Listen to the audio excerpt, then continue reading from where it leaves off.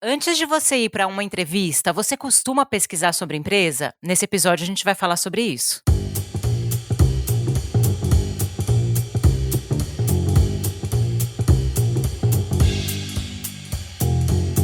Olá, começando um episódio inédito do Foca no Trabalho, seu podcast semanal, onde a gente fala sobre carreira, empregabilidade e essa semana a gente vai falar de avaliações de empresas. Eu sou a Lê Falsarella. E eu sou a Bru Garcia. E é um tema que eu vou falar, Bru, que vai ser um pouco de polêmica, com um pouco de orientação. E eu vou começar esse episódio fazendo uma pergunta assim genuína pra gente mesmo aqui, pra mim e pra você. Eu também vou respondê-la. Você costuma pesquisar quando você está em processos seletivos, a empresa e vai preparada para a entrevista, sabendo o que a empresa faz, mas pesquisando profundamente? Com certeza, Lê. Eu acho que hoje, principalmente hoje, que nós temos tanto acesso a informações sobre qualquer empresa, sobre as pessoas que trabalham lá dentro, com certeza, hoje eu pesquiso até como que é a cultura e tudo mais, até dessa plataforma específica que a gente vai citar aqui para o pessoal, vai contar um pouquinho, mas eu vejo que algumas pessoas têm dificuldades para encontrar as informações, ou não sabe ali onde procurar, ou então fica meio receioso, mas na minha percepção, estudar sobre a empresa é a primeira tarefa que você tem que fazer quando você tem uma entrevista, até mesmo ali, porque aqui nós falamos que somos protagonistas da nossa carreira. Então, nós precisamos saber se os valores, se a missão ali da empresa tem a ver com o nosso profissional e com os nossos objetivos de carreira. Total, e eu vou responder também a pergunta que eu fiz pra gente. Pesquiso e pesquiso muito e pesquiso tudo. Parto do princípio que o trabalho, a sua carreira, você tem que ficar atento ao que está acontecendo no mercado. Então a gente falou outro dia, por exemplo, dos layoffs das startups. Se você não sabe o que está acontecendo no mercado, você corre um grande risco de entrar no processo seletivo de uma startup que acabou de ter um desligamento em massa. Então você precisa ficar atento a tendências de mercado, mas obviamente se você é convidado para uma empresa específica, você tem que ir preparado para saber o que essa empresa faz, quais são os valores que ela tem, o que está acontecendo no momento econômico dessa empresa, tem que pesquisar tudo. E como você falou muito bem, Bru, muitas vezes a gente não sabe aonde pesquisar essa informação e é disso que a gente vai aprofundar nesse episódio. Aonde, o que são essas plataformas, aonde que eu encontro informações para eu avaliar a empresa. Então, para quem não está familiarizado, existem inúmeras plataformas no mercado, a gente vai citar as duas principais aqui, e se você conhece alguma que a gente não conhece, já deixa nos comentários aqui, aonde você estiver ouvindo esse episódio, se você estiver ouvindo aí no Spotify, aí no iTunes, depois volta lá no Instagram do Foca ou no LinkedIn, @Foca no Trabalho, para trazer essas outras plataformas, porque talvez tenha uma que a gente não conheça, mas aqui eu vou destacar duas, que uma chama Glassdoor, que é a antiga Love Mondays, então se você conhecia a Love Mondays hoje é Glassdoor, desde acho que de 2016, 2017, alguma coisa assim, já mudou, mas a gente também tem uma segunda plataforma que é pouco utilizada, que é dentro do site do InfoJobs. Quando você vai lá e se candidata, dentro do InfoJobs tem as avaliações das empresas, e as empresas recebem até prêmios se bem avaliadas. Então, são duas plataformas onde as pessoas deixam os seus comentários, a sua experiência de como foi trabalhar naquela empresa. Existem comentários positivos, existem comentários negativos, críticas construtivas. Eu tive um caso, e eu vou fazer um parêntese aqui, Bru, atendi uma pessoa recentemente que foi fazer uma entrevista no Nubank. E aí ela pediu para a gente ajudá-la, né? Atuei aí de forma consultiva com ela para prepará-la para essa entrevista. O que eu fiz? E o que ela também fez? Porque ela também me muniu de informação. A gente foi lá no Glassdoor e pegou o que as pessoas falam que acontece no processo seletivo do Nubank. Então tinha um monte de informação valiosíssima que a gente, para fazer a estratégia dela, da entrevista dela, lógico, ela pautada na verdade dela, nas competências dela, o que ela sabia ou não fazer, mas ela já ir preparada, porque isso, Bru, é maravilhoso, diminui a ansiedade, você vai mais seguro para a entrevista, você sabe o que as pessoas estão falando daquela empresa, então é só coisa boa. Mas a gente vai aprofundar aqui, daqui a pouco a gente vai trazer uma reportagem que saiu essa semana, se você já viu a reportagem que saiu na Folha, a gente vai falar sobre ela, mas as plataformas, tanto Glassdoor como o InfoJobs, é claro que o InfoJobs ele é um site de vagas, lá tem muita informação, né? Eles até usam um termo específico, né? O Glassdoor, ele não fala que ele é um site tem vagas ali dentro e tal, mas ele não se posiciona assim, né? Isso. O Glassdoor, né? Eu conhecia, Lê, o Glassdoor lá na faculdade, quando eu entrei, porque antes eu sempre pesquisei as empresas, mas no próprio site da empresa, que não tem tantas informações do processo de seletivo, como que é o processo seletivo, muitas informações de pessoas que já passaram pelo cargo que eu vou passar, o salário e tudo mais, não tinha essas informações. Na faculdade, um professor comentou sobre essas plataformas e desde então eu utilizo para poder consultar, saber ali mais a fundo como que é realmente essa empresa. Mas eu acho bacana a gente citar que a Glassdoor ela se posiciona no mercado como uma comunidade de carreira, onde as pessoas podem ter acesso a informações de dentro da empresa, né? Antes de você participar do processo, você já vai saber ali algumas etapas, como que é a experiência e tudo mais, e você tem também acesso a pontos positivos e negativos, ou E seja, média de remuneração também, que é super importante. exatamente, você consegue, antes de você ir para a entrevista, você já consegue consultar e fazer um paralelo para ver quanto mais ou menos a empresa está pagando, qual que é a faixa salarial paga para aquele cargo que você está se candidatando. Eu acho muito interessante a lei quando fala de posicionamento como comunidade de carreira, porque fica claro que ali é uma plataforma para te ajudar, para te auxiliar, né? Então, todo mundo que está pensando ali na carreira precisa ter um parâmetro para saber quanto que vai pedir, qual que é a pretensão salarial, que a gente tem maior dúvida ali quando vai falar. Uhum. Então, dá para a gente ter um paralelo de pretensão salarial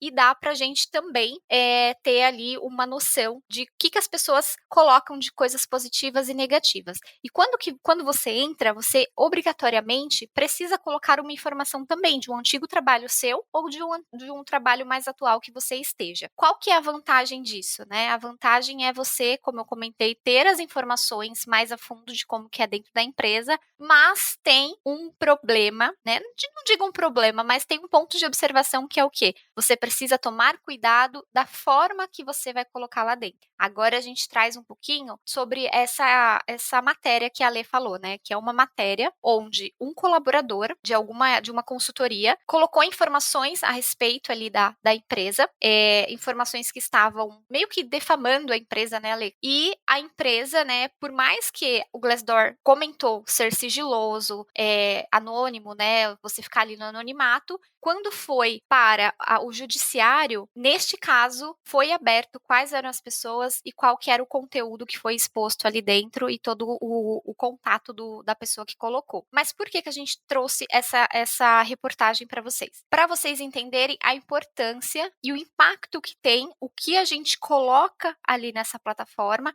e principalmente a forma como a gente coloca. E segundo a reportagem, isso não é a gente que está falando, né?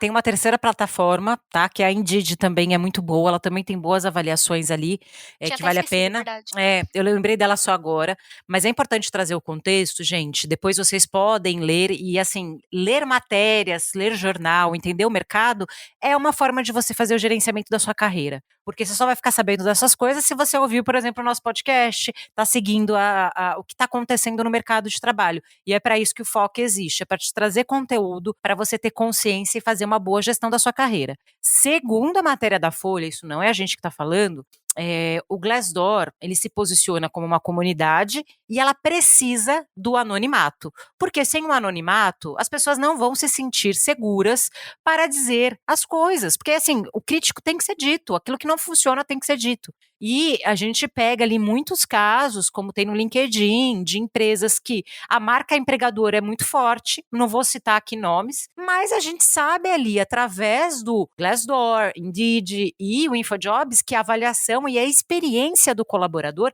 não é tão boa. Por isso que a gente já falou várias vezes, cuidar da experiência. Como que você está contratando? Como você está desligando? O que você está fazendo na jornada dessa pessoa? Porque isso hoje ele tem caminhos e é fundamental para a gente transformar as relações de trabalho. O RH se posicionar de uma forma diferente. Então, eu, por exemplo, Bru, eu fazia muito isso numa empresa que eu trabalhei no passado, que era ler as avaliações. Então, eu trabalhava na área de recrutamento e seleção, a gente não tinha uma área de carreira, hoje eu atuo na área de carreira e eu me consumo dessas informações para fazer melhorias. Então, se, por exemplo, está todo mundo ali reclamando, falando que os benefícios não são bons, eu chego lá para minha diretora e falo, olha, tem muitas pessoas avaliando aqui no Glassdoor Glassdoor, no InfoJobs, no Indeed, falando que o benefício não é bom. A gente não consegue trazer essa melhoria no ano que vem? É assim que você transforma a organização, é o papel do RH fazer isso. Agora, se a informação não é anônima, as pessoas elas não vão criticar. Só que aí a Bruna entrou num ponto, e Bruce falou super bem, que é como a gente faz isso. E aí a reportagem, vocês precisam ler na íntegra, foi percebido ali pela empresa, a empresa que entrou com o processo, ela diz que foi feito de maneira como assim, não foi só a crítica pela crítica, foi realmente, foi a intenção de acabar com a marca da empresa sem fundamento, porque segundo a empresa, ela mostrou, através desse processo, no recurso que ela fez, esse processo já está em mais de um ano na justiça, falando, aquilo que foi escrito não é real, então ele precisa ser apagado e eu quero saber quem foi que escreveu, porque aí eles vão tomar vão tomar as devidas proporções. E o agravante também foi que a pessoa estava em um concorrente, ou seja, tiveram ali o recebimento dessa crítica como se fosse algo para defamar com o objetivo de promover o concorrente. Então, para quem trabalha em empresas, está sempre em empresas que são concorrentes, tem que ter esse cuidado do que você está falando para a empresa que você saiu, porque você automaticamente, você é uma pessoa, uma pessoa dando opinião ali que pode difamar, pode prejudicar de forma que a sua empresa seja beneficiada, a sua empresa atual. É a mesma coisa, gente, vou fazer esse paralelo aqui que eu tô pensando agora, Bru, vê se faz sentido. Se eu falar uma besteira muito grande, já pode me corrigir. Imagina você no seu Facebook, no seu Instagram, você tem lá seu feed, você posta suas coisas, e chega um hater, tá? E começa a escrever um monte de mentira sobre você. O que você vai fazer? Você vai entrar com uma ação de difamação. Eu não entendo da área legal, gente, não sei como é que funcionam essas coisas, mas você vai entrar com um processo. E foi exatamente o que essa consultoria fez. Ela falou, não é baseado na verdade, a gente imagina que seja um ex-colaborador que foi para concorrente e que agora está trazendo informações que não são verdadeiras. E aqui nesse episódio, gente, eu não estou falando se está certo ou se está errada essa decisão, porque cabe à justiça, a gente não é da área legal, mas a gente achou importante a gente trazer esse tema para a gente conversar sobre o assunto. Primeiro, trazer a ferramenta e segundo, discutir. Será que é certo abrir a informação e perder o anonimato? Segundo a Glassdoor, isso não poderia acontecer. Eles precisam preservar o anonimato. Mas a empresa do outro lado fala, não, essa pessoa está escrevendo coisas que não são verdadeiras, eu preciso saber quem foi. Então, é uma discussão, por isso que eu falei no início, talvez seja polêmico e eu quero saber a sua opinião. Você acha que está certo a empresa ir lá e querer saber o nome da pessoa?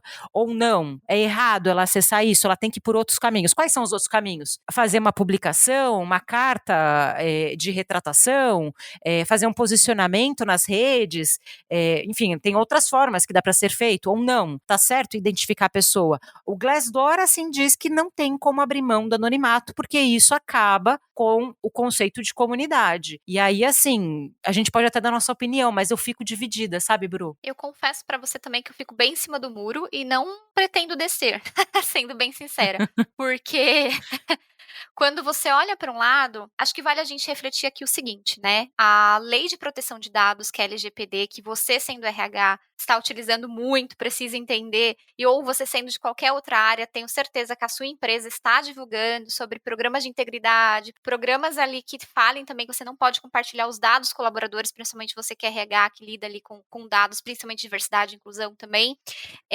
A gente tem que tomar cuidado, né? E a LGPD, ela é muito recente, a lei. Foi em 2018, né, que saiu ali a LGPD, que as empresas precisaram fazer a integração, precisaram ter um cuidado maior com esses dados sensíveis, né, da pessoa natural. Então, quando a gente olha para isso, a gente para pensar que pode ter muitos gaps, né? Tem ali ainda muito o que ser lapidada, né? Porque é muito recente, muito nova. E olhando para essas duas situações, olhando ali para o Glassdoor, que é a plataforma que precisa passar sigilo, que inclusive quando você se cadastra lá, aparece, né? Isso aqui é sigiloso, suas informações são sigilosas, né? Você coloca ali um check que realmente você está recebendo informação que o que você está colocando é no anonimato. É bacana porque traz essa segurança das pessoas colocarem as informações corretas, falar, a empresa atrasa salário, a empresa atrasa FGTS, a empresa atrasa não sei o quê. A pessoa coloca ali essas informações e é importante para quem está entrando saber onde está pisando, né? E tem um outro lado da empresa que a gente trouxe essa questão do concorrente, que eu acho que esse é o principal ponto ali, que eu acho que a empresa acabou ganhando, né? Aí eu não sou da área de direito, tá? Isso aqui é um achismo total, mas baseado em informações que a gente viu na reportagem. Eram empresas concorrentes, onde a empresa estava sendo prejudicada pelo colaborador estar falando mal da empresa. E isso estava impactando no recebimento da empresa, no capital da empresa, né? Então é um ponto ali que acho que deu uma balançada na LGPD. Não, e outra coisa que eu acho, e eu também estou falando do meu achismo e da minha compreensão pela reportagem, demonstrou um esquema de sistema, de um comentário sistematizado e com uma intenção. E é importante na reportagem, vocês vão ver lá, que houveram outras empresas que pediram para quebrar o sigilo e que a justiça não autorizou. Por quê? Mediante as provas que essa empresa apresentou, não justificava quebrar o anonimato.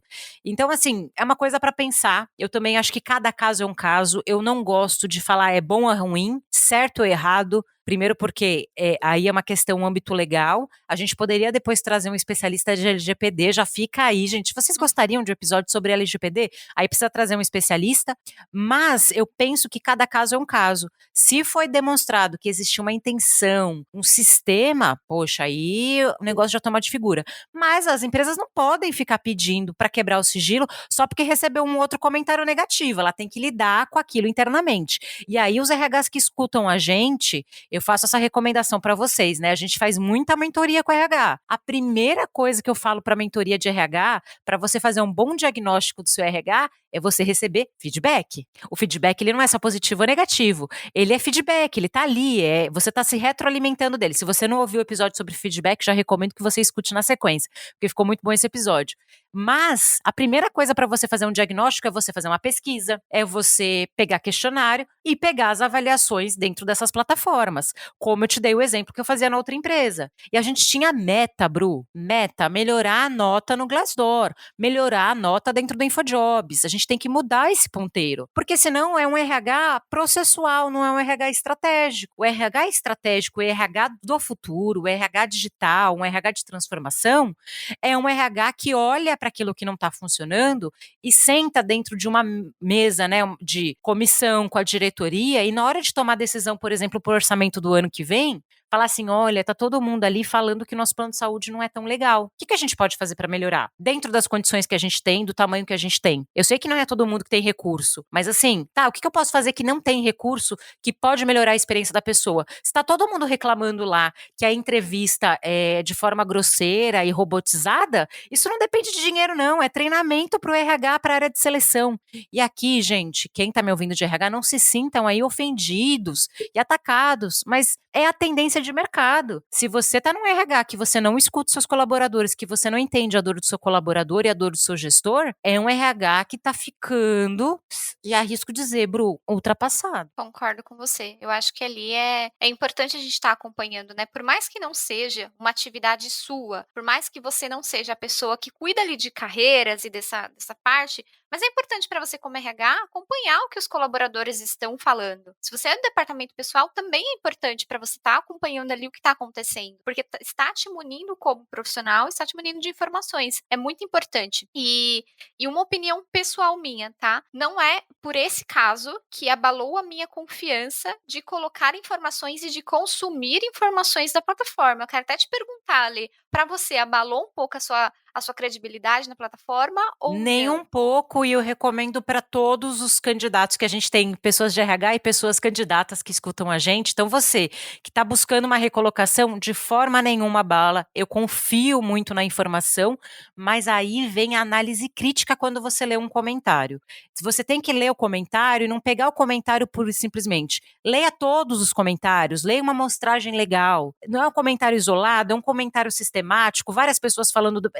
E aí entra um episódio que a gente fez de soft skills, que aí desculpa o jabá, gente, mas não tem jeito, um episódio puxa o outro, que é do pensamento analítico, de você fazer associações baseado em dados. Então é você olhar de forma crítica. Então assim, eu estou indo lá para a entrevista, Bru, tá? Tô pensando aqui. Eu vou pegar o exemplo da pessoa que eu fiz a consultoria lá no Nubank. Eu tenho boas referências do Nubank. É uma marca empregadora muito legal, todo mundo fala bem, não sei o quê. mas ela trouxe todo um cenário que estava ali no Glassdoor de como funcionam as entrevistas e algumas coisas que não eram legais, porque nenhuma empresa é perfeita, nenhum trabalho é perfeito, a gente não é perfeito.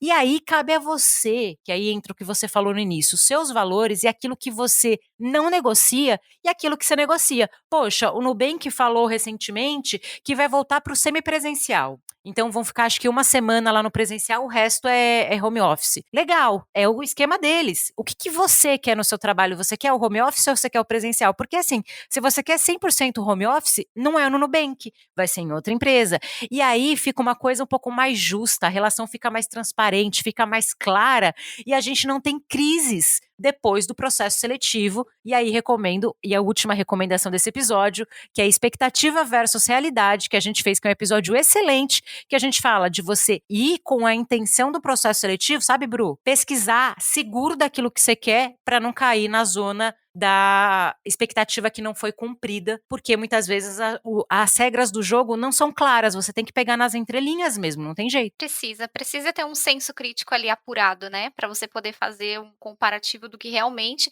inclusive a gente tem um episódio de pensamento crítico que é importante para você ouvir agora, fazendo o nosso jabá aí de novo. Mas é a interception do jabá. Dentro do episódio, a gente faz o jabá do próprio episódio, mas é porque os assuntos eles se relacionam. Se conectam muito. E é um complemento desse episódio, né? Sim, é um complemento e é importante para vocês ouvirem, até para vocês poderem se desenvolver, é o lifelong learning, né? Por aqui vocês também estão aprendendo. Então, esse episódio eu tenho certeza que vai abrir a mente de vocês e vai também deixar um repertório crítico muito mais aguçado. Quando você olhar ali para as oportunidades, você olhar ali para o que a empresa está falando, para o que o colaborador colocou, você já vai conseguir filtrar o que realmente faz sentido ou não. Exatamente isso, Bru. E aí vou fazer um pedido para quem está ouvindo. Desses episódios, qual é o especial que você mais gostou, que você conectou? E a gente tem uma série aqui de soft skills. A gente quer saber qual a próxima soft skill a gente quer fazer. A gente já falou sobre pensamento crítico, criatividade, resiliência, tem vários. E a gente tá na dúvida de qual fazer o próximo. A gente tem uma lista aqui, mas a gente quer ouvir vocês. A gente tá falando o episódio inteiro da importância de ouvir a audiência. Então, você que escuta a gente e gosta do nosso conteúdo, escreve nas redes sociais qual o próximo episódio de soft skill você quer. E se você quer um episódio sobre LGPD, e aí a gente volta depois com o especialista. Você só consegue acompanhar todos esses conteúdos se você seguir a gente nas redes sociais, @Foca no Trabalho, em todas as redes, e compartilhar esse episódio, porque, gente, muita gente não sabe da Glassdoor, do InfoJobs, do Indeed, e aí amarra o burro aonde não queria amarrar. Então compartilha com seus amigos. E ó, não vale seguir só no Instagram, só no LinkedIn, tem que ser em todas as redes sociais para vocês terem acesso ali a todas as informações e também todos os conteúdos que nós criamos, em vários formatos. Se vocês quiserem me encontrar, eu estou no LinkedIn como Bruna Santana Garcia e lá nas redes do Foca, como o Ale já passou aqui pra gente. Eu também tô lá no LinkedIn, Alessandra Falsarella, e a gente vai trocando até o próximo episódio, então tchau. Tchau, tchau.